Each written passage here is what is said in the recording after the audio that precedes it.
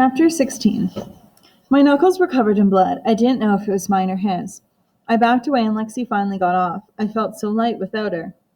Mom knelt by Dad. Rex? He groaned. His eyes stayed closed. He didn't utter any other sounds. Mom? Lexi's voice was shaky. She turned to me, her face red and blotched. What did you do? Now we'll never get out. Had I just messed up everything? I let my hair stay where it was, covering my face. Mom's voice was strong. Eli, go get a gurney. We need to get him to the infirmary. My legs wouldn't move. Mom spoke again, firm but quiet. Eli, go. I stumbled from the room, my breath shallow and rapid. I staggered from one side of the hall to the other, my hair obscuring my view, and I held a hand to my chest as I ran. My heart felt like it was going to explode. When I reached the infirmary, I bent over for a moment and caught my breath. As fast as I could, I pushed a gurney back to them. I picked one with squeaky wheels, and they were the only sound beside our breathing as we rolled Dad to the infirmary and got him onto a bed. Mom's face was red and tear-stained, and she struggled to catch her breath as she sat beside Dad and started to clean the blood off his face. She set a hand on his motionless arm. He's freezing. I spoke. It's my fault. She saw the look on my face. It wasn't your fault. You hit him, but you didn't do this. She shook her head as she assessed his condition. I think something is really wrong with him. No, not that. I stood beside her. It was my fault Eddie didn't come with us. The secret I had harbored all those years needed to be released. I told Mom and Lexi the truth about that night. Our 9th birthday. We were excited to finally be almost double digits. The annual big party was held the day before, so we could head to the cabin on the actual day. Dad's acreage in eastern Washington was huge, with a 10-room log house we called the cabin. We had an RV too, which we used to drive farther into the wilderness to go camping. Not that an RV was roughing it, but that's what we called camping anyways. Gran came with us, sort of. She followed the RV with the Range Rover. She said she always liked to be prepared for emergencies, although to her an emergency might constitute running out of marshmallows for the s'mores we made over the campfire. A trip in the RV wasn't a trip without Gran driving back to the cabin at least once. As we drove along, Dad told us he had a big surprise for us, and he did. He just bought a new 2-seater airplane. It went along with the new landing strip in the middle of the property, which is where we went with the RV. It was already dusk when we reached the site, so Dad promised we'd go flying first thing in the morning. We'd flip a coin to see which birthday boy would go first. Of course, I wanted it to be me. We were getting ready for bed when Eddie started wheezing. Dad discovered a kitten in the RV. Therese admitted to finding it at the cabin, then smuggled it onto the RV. She started to cry and apologized to Eddie. She said she wanted to make sure the kitten had a home. The RV medicine cabinet always had some antihistamine for Eddie, but Mom came back empty-handed. We'd better go get some at the cabin. Graham volunteered. Eddie said he felt better. Graham insisted. Just let me tuck Therese in. I'll take the kitten back to the cabin and get it set up in the garage. Eddie and I crawled into bed. The airplane ride was still in my mind. Hey, Eddie, I heard Dad and Graham talking. They said they have another surprise back at the cabin for us. What do you think it is? Eddie's eyes widened. He loved surprises. Guess we'll have to wait for tomorrow. I rolled over and shut my eyes. I counted on the fact that Eddie also loved a mission.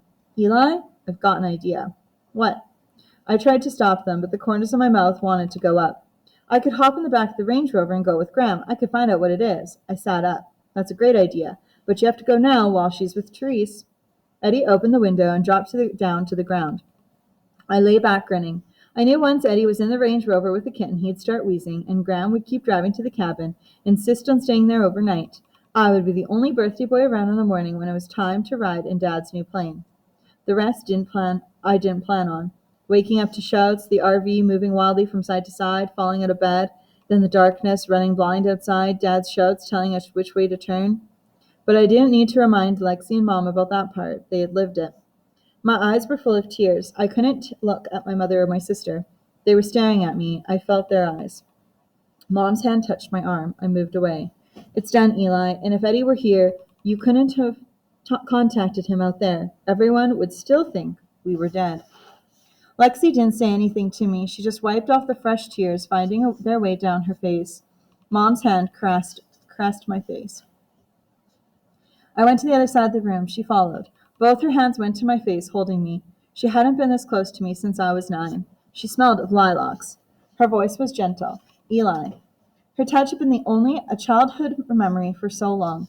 It was hard for me to believe it was real. My eyes shut, hot tears still squeezed out. My head went from side to side. Mom's grip on my face got stronger. You not what, Eli? The word came out in a racking sob. Worthy. Oh, Eli, you've always been worthy. She pulled me to her and held me. I let her. You were a child. You were a child. Children make mistakes. My arms went around her. I'm so sorry. My mouth open against her shoulder, I wept. I wept for Eddie, for what I'd done, for so many things I'd done, but mostly my tears were for the loss of the last 6 years with my brother. I wanted them back. When I stopped blubbering, Mom backed away. Her shoulders straightened as she took a deep breath. Her eyes darkened as they went from me to Lexi, and her voice was clear of any fear or sadness. Let's do what we have to and get out of here. Mom and Lexi stayed with Dad. Wiping my face as I ran, I tore down the corridor to his office. As I suspected, it was locked. I could have used Teresa's lockpicking skills, but there was no time. The closest fire extinguisher panel, I broke out of the glass and grabbed the axe. 7 whacks later, the office door swung on its hinges. Once inside, I took a deep breath. I had to find what we needed. I grabbed the phone, hoping for a dial tone. Nothing. How easy would that have been, to just pick up the phone and call out? I imagined that was how he talked to Phil, his accountant. I couldn't think of anyone else he could have trusted with his secret. That guy would probably sell his own internal organs for the right price. The laptop from Eddie's room was on a shelf. I switched it on, drumming my fingers as I waited for the wireless signal. Wireless service not available. I groaned. It was off, of course. Starting with the books on the shelves, I looked everywhere. Book by book, I emptied the shelves and ran my hand over each dusty one. Nothing. The piles of National Geographics ended up on the floor in heaps. I yanked on the drawers of his desk, locked tight. I picked up his chair and heaved it at them until they broke open. Papers, notes, lists, proof I was right about everything, but none of it mattered. Nothing gave me the code to the door or the passwords to his computers. I tore the office apart looking for a switch, some way to get on the internet, the phone, anything. I kept coming up dry. I looked over to the door of the secret lab. I couldn't imagine any internet switch being there, but I had to keep moving. Our only hope was Dad. Maybe he would relent and tell me what I needed to know. Back in the infirmary, Mom sat at the bed, and Lexi sat beside her, her arm around her shoulder. Dad's bruised face was clean, and he lay under several layers of blankets, shivering. His eyes were open, but they seemed to be vacant, unfocused. If he noticed me come in, he gave no sign. Mom looked up at me, her eyebrows raised hopefully. Any luck? I shook my head. How is he? We took his temperature. It's low. That's good, right? I asked, as I took in what I'd done to his face. Some sun. She shook his head. No, it's not a good thing. His temperature is low. What do you mean by low? Below normal. Below 98.6 Fahrenheit. Lexi pulled a blue blanket out of the warmer, and we both spread it over Dad. His eyes whitened, seemed to focus for a moment. Oh, God. Leaning over the side of the bed, he retched. Ugh. Turning away, I said, got it. Found the mop and bucket in the closet and cleaned up the mess. Before long, Dad had diarrhea, too. He was no more coherent, but we managed to get him to the bathroom. Mom went in with him and shut the door. Lexi waited for a minute. I'm going to go help Therese with the sup, she paused. I mean with the little kids. She laughed. I sat down on the edge of the bed, wondering what kind of bug Dad had, how bad he had it, whether we would all end up with it. Eli, are you out there? Yeah, Mom, right here. She opened the bathroom door. He needs to lie down again. Can you help? Dad totally leaned on me, and we started back to the bed. Suddenly, he went limp. I couldn't hold him. He dropped to the floor. His head thrashed from side to side. No, he screamed. He began to babble, many of the words incoherent. Mom knelt by him. Rex, what's wrong? Dad seized me by the collar. His breath was hot and stinking in my face. His hands were ice against my skin. I won't let you do it. I won't. He was agitated, angry, and then he stopped. He fell back to the floor, then looked up at my mom, pleading, Clea, don't let them do it. Do what, Rex? She looked as confused as I felt. Mom, he's delirious. Mom sighed. We've got to find out what's wrong. Maybe we've got medicine for it. Suddenly, Dad seemed to be calm again. Grunting at his effort, I slid him across the floor and lifted him onto the bed. I said, I'll go see what I can find out. You stay here, but be careful. If he starts to get violent or seems like he might hurt you, just leave, okay? Mom nodded.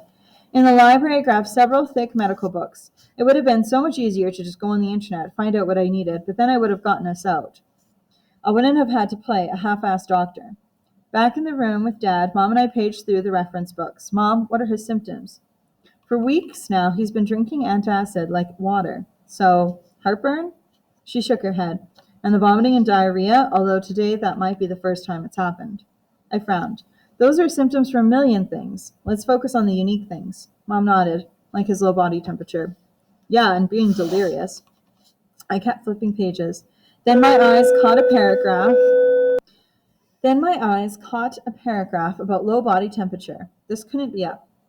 Mom looked up from the book she held. What? Well, it lists all these symptoms. Plus seizures, headaches, I caught my breath, and itching. I met Mom's stare.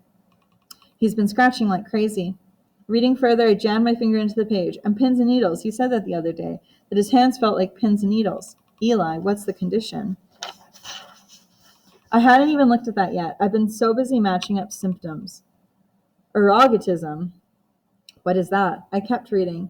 My heart sunk when I found out what it was. I didn't want to tell Mom, but she was waiting for me. I read the definition aloud. Poisoning by ingesting ergo-infected grains. Her face registered confusion. She paled as she understood. The flour. I scanned a bit more, trying to find out what I could. There must have been some rye in it that was already infected with the ergo when it came into the compound. Her eyes widened. I did this. I started to shake my head, but she grabbed my arm. I did, but I didn't mean to. I thought it would make him sick, make him weak, so we all wouldn't have to worry so much about him doing something crazy. She nodded. We both looked at Dad. He seemed to be asleep, but it made him crazier. Do you think his workers planted the flour? I don't know. He wouldn't have wanted us to get sick. I really believe that. Too ironic that he went to the trouble of having someone sabotage the food supply, and he was sabotaged himself by the flour. Mom stood up and walked to the bed. She tucked the blankets in around Dad. Is there a cure? Yeah, according to this, a derivative of ergo gets used to treat migraines. Once in a while, a patient overdoses and they have to treat them for ergotism. Intravenous sodium nitroprusside. Further reading revealed the medicine's own dangers. Do we have it? Mom looked like she was holding her breath. Yes. Dad's voice was raspy and weak. I scratched my head. It was such an obscure medication. Dad, why would we have that? Maybe he had planned the ergo poisoning. Why else would he have the antidote? He swallowed. One of his hands reached up to scratch his face.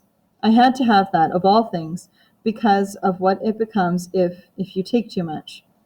Mom and I both leaned in waiting. Just in case it came to that for some reason.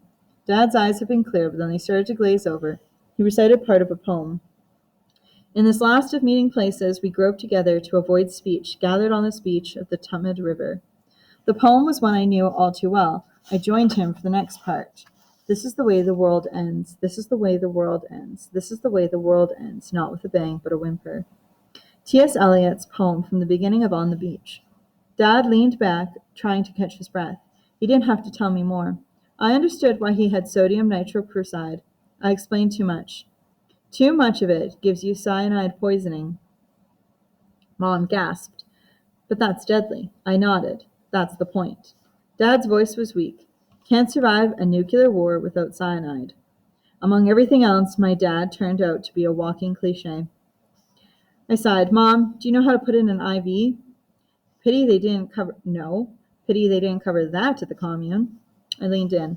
Dad, you've got to give me the code for the door. Let me go out and get you help. You have to, or you're going to die. He nodded. Yes, the code. Of course, we must have the code. His eyes were strange again, not clear.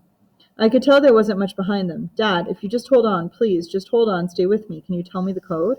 He grabbed my hand. I wanted to pull away. I tried, but his grip was so strong his eyes cleared again. Eli, I'm sorry. I'm sorry for everything. It was a little late. Maybe it would have been enough to get him to give me the code. Dad, can you tell me the code? Please, that will make up for everything. Not quite, but it would be a decent start. His lips formed the words. The numbers. I squeezed his hand even harder than he was squeezing mine. Tell me the numbers. He started to recite numbers, so many numbers they blended into each other. 19, 4, 5, 8, 6. Dad, wait, Mom, I need a pen or paper. Mom started ripping open drawers, searching. 8, 2, 9, he kept on with numbers, so many they didn't even begin sinking in. Like a phone number from hell. Dad, please, hold on, I can't remember them all. Mom was still banging drawers. I can't find anything to write with. Dad squeezed my hand again. Son. I paused, leaning over him, my hair cascading in front of my face, and I pushed it aside. Dad, I'm here. The corners of his mouth turned up slightly. You can save them. You can. I breathed out, not knowing if he was right or not. I hoped he was. I know, Dad. You'll give me the numbers, and I'll get us out. He started again, reciting numbers so fast I wanted to scream. The numbers stopped. Dad began to convulse, his limbs thrashing. Mom! She ran to my side. Together we tried to hold him down while his whole body jerked. Before it got so bad that he passed out, he managed to spit out one word, turducken. Chapter 17. Dad was still and unresponsive. Mom and I looked at each other. I rubbed my chin. Do you know anything? Did Dad ever say anything about this? She put her hand over her mouth. Early on, I asked your father once about the code to the door, how we would get out if something happened to him. Of course, he said nothing would happen to him. Still, he promised that he would leave a way for us to figure it out. I wasn't sure how much weight a promise from my father carried anymore. But he went crazy since then. He didn't want us to leave. Mom met my eyes. She hesitated. I wanted to grab her shoulders and shake, anything to get the words to come out faster. Mom? What? She looked down at her belly as she rubbed it. He told me he'd leave a clue. That there was a clue that would lead to another and another, eventually leading to the answer. So that's it. Turducken has to be the clue. Mom let out a breath. That wasn't all. The first time he told me about it, he was still nice. He acted like it was just matter of fact, a little scavenger hunt. Then later, when he started to get mean, Mom? I was afraid he'd go back on his word. But then he laughed and said he would leave the clue, even though he didn't think any of us would be able to figure it out. I looked at Dad lying in the bed. I think he's sorry for it, for everything, and he wants us to get out. Maybe it's just to save himself, but it doesn't matter. I sighed. I need to think, to figure this out. Mom nodded. Why don't you take some time? No, I need to. Reaching over Dad, she grabbed my hand. Take some time, even just a half an hour. I'll stay here. I tried to protest. Promise me, you don't come back here for 30 minutes. I promised. Despite everything that had just happened, I was hungry. On my way to the kitchen, I heard giggles coming from one of the rooms, the salon. Inside, Lexi was trimming the little girl's hair. How could she be doing that when our world was ripping apart? I stepped in closer, planning to give her hell. Lexi told the little girl to sit still and said her name, Kara. Kara sat in a booster seat in the swivel chair, smiling at herself in the mirror. Lexi's eyes met mine in our reflections. My mouth opened, ready to yell, ask her how she could be standing there like nothing was wrong. She saw the look in my eyes. They don't know anything. Her eyes drifted down to Kara. They don't know about worry or sadness. All they know is that life is simple and secure, and every day will be like the one before it. She looked back at me. That's a gift. Do you want to be the one responsible for taking it away? I leaned against the doorway, my throat tight. You're done, sweetie. Lexi helped Kara get down and led her over to some blocks, then came to me and spoke so Kara couldn't hear. What's going on? I told her the truth. I'm not sure. Then I'm going to keep helping with the little kids. It's my routine, and routine is good. Lexi went in front of the mirror and took out her bun, letting her hair cascade around her shoulders. She combed it through it and started to trim. My eyes went to my own reflection in the mirror, my own hair. I pulled it forward and let it cover my face so I could no longer see. As I pushed it back, my fingers ran through my hair. My hair was my shield, a wall to keep everyone out. Or was it? Did it keep something in? My reflection smiled a bit. I had no secrets left. Want to cut mine? Lexi stopped trimming. Are you kidding me? I shook my head. You trust me to cut your hair? Hell no, I smiled. Then, it could use a trim. I sat down in the chair, and I had 30 minutes to kill, Mom's orders. Lexi set down the scissors and picked up a wide-toothed comb. She hesitated, then began. My hair was thick, hard to comb through. Ow, sorry. She stopped. I'm used to it. She finished combing and started to cut, barely taking off more than an inch. She paused. Can I ask you something? I'm kind of at your mercy right now, so go ahead. In my lap, my fingers were bringing the hairband as my knuckles turned white. What do you remember of me from before, when we didn't live here? She started cutting again. Grapes. Huh? Frozen grapes. I hated to watch you eat them. It was like someone scratching a blackboard. Lexi smiled. I loved frozen grapes. The way the cold almost hurt? She shook her head. I missed them. I was mad that Dad couldn't even throw some in the freezers down here. I didn't say anything. She just stood there. It wasn't even that. You know what bothered me? I shrugged. That maybe he didn't stock any because he had no idea they were my favorite food. That's what really bothered me. There's a lot Dad didn't know about all of us. Even more we didn't know about him. Lexi kept cutting. I grabbed her arm. Wait. What? She looked at me in the mirror. You wanted me to do this. Is it too short? I let her go, stood up, pulling out drawers until I found what I was looking for. I brandished the electric clippers. Use these. I can't trim hair with these. I don't want it to be trimmed. I handed her the clippers and sat back down. I want it gone. Why? There wasn't an explanation I could put into words. Just do it. The buzzing started. She didn't shave my head, but adjusted the setting to give me a shortcut. The hair fell off in long clumps, drifting to the floor. When the buzzing stopped, I ran my hands over my scalp. I felt lighter, less burdened, and totally visible to anyone who wanted to see me. You look good, Lexi smiled. Definitely an improvement anyways. When I stood, I was ankle deep in my own hair. Go. Lexi took the broom from the corner. I'll clean it up. Thanks. On the way to the kitchen for a quick salad, I heard a bang in the direction of Dad's office. Mom was inside the secret lab tearing it apart. Shattered glass lay everywhere. Before I could stop her, she shoved over a table with a grunt, spilling piles of papers on the floor. Mom. She turned to look at me, her chest heaving. Her hair had come loose, and a few strands hung down in front of her face. I have to find that clue and get you all out of here. She noticed my hair then and started to say something else, then fell backwards, grabbed for something to hold on to. She could only reach a small stand, which toppled onto her as she collapsed on the floor, unconscious in a small pool of blood.